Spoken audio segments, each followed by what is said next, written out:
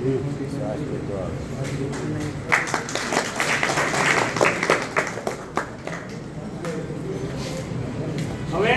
ઉલટી ક્રિયા.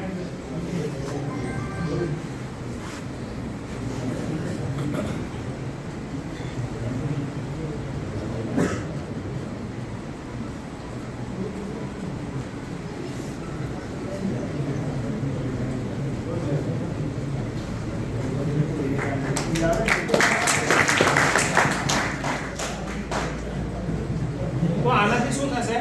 તમને ક્યારે શરદી નહીં થશે, મને ક્યારે તમે શરદી વાળું નહીં જોશો. આ પ્રક્રિયા મહિનામાં એકવાર કરવાની હોય છે. હવે એનાથી તમારી જે આ મગજને માથું દુખતું હોય બહુ શાંત થઈ જાય મગજ. હવે આપણા શરીરની પ્રકૃતિ કેવી છે? ખારી છે. એટલે જ્યારે તમે કરો તો સહેજ પાણી ખારાશવાળું કરી લેવાનું. ગરમી હોય તો પાણી સહેજ ઠંડુ લેવાનું, ઠંડી હોય તો સહેજ ઠંડુ લેવાનું, તો તમને અનુકૂળતા વધારે આવે. હવે આ થઈ ગયું. હવે સૂત્રનીતિ. વામન ધોતી પણ સવારે કરી શકાય. 20 મીટર જેવું ખાઈ શકાય ને પાછું કરાય, પેટ સાફ છે. આ પણ કઈ રીતે કરાય? ઘણાને એમ લાગે ગોબરાટ કરાય. ગોબરાટ નહીં ભાઈ, આ અંદર નાખો તમે ગોબરાટ, હું નહીં. બરાબર? કેમ કે ઘણા કાઢીને આમ જોર ઊંઘા પણ એને કાઢે.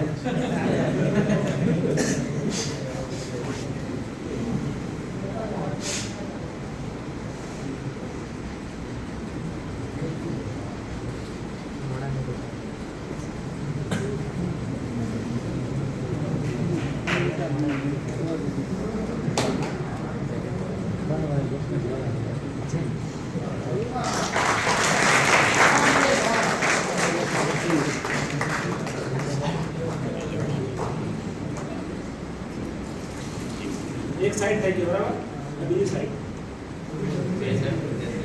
હા, બંને લાઈન તો ક્લિયર થઈ ગઈ ને. લાઈટ દેખરી પર તલપાર હેડે છે ના કરી બધું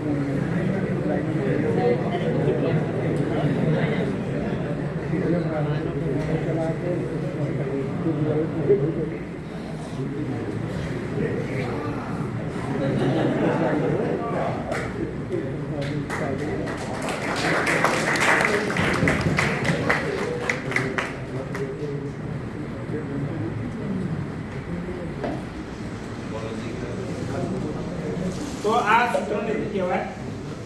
જલનીતિ, સૂત્રનીતિ. પછી એક તો આ પ્રયોગ તો બહુ હાઈ થયેલો છે, જેને આંખોમાં બહુ બળતરા થતી હોય.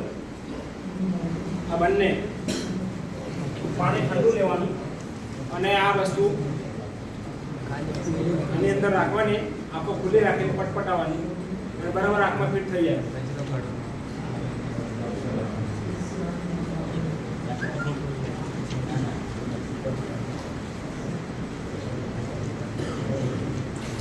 આમાં પોતાની આંખનું પણ બદલવાનું નહીં. ઇન્ફેક્શન હોય આંખ ખરાબ થાય.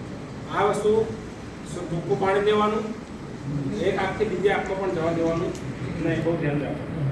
એટલે આ યોગ્ય ક્રિયાઓ છે. હજી તો ઘણી બધી ક્રિયાઓ એવી છે કે આ નોર્મલ બતાવી, બરાબર?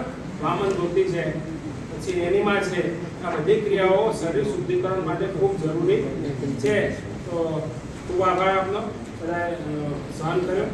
અને હવે બહુ કંટાળી ગયા છે તમે